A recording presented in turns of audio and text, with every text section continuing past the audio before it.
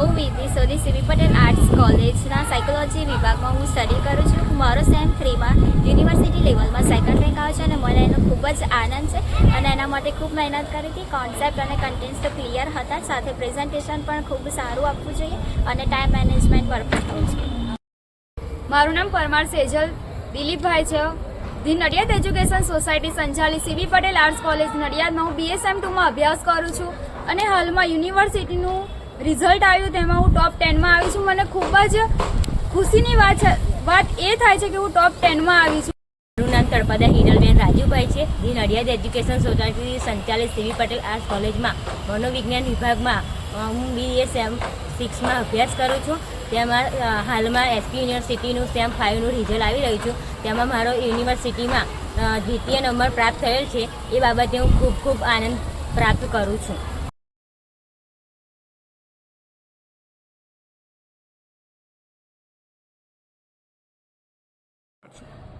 CB Patel arts college, હું principal doctor Mahendra Kumar Dave.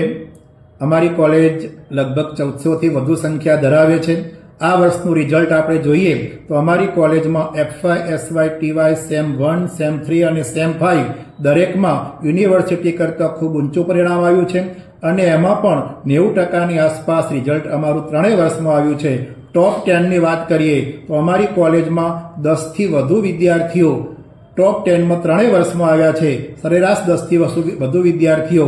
અને આમ જોઈએ તો FY સેમ 1માં 17 વિદ્યાર્થીઓ ટોપ 10માં, SY સેમ 3માં 22 વિદ્યાર્થી ટોપ 10માં અને TY સેમ 5માં 5 વિદ્યાર્થી ટોપ 10માં આવ્યા છે. એ બધાનો યશ અમારા ખૂબ પરિશ્રમ કરતા અધ્યાપકોને ફાળે જાય છે.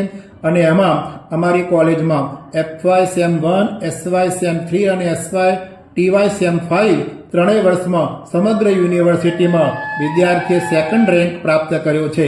તેનું ગૌરવ મને અને અમારી સંસ્થાને, અમારી કોલેજ અને અમારી સોસાયટીને હોય જ તે સ્વાભાવિક છે.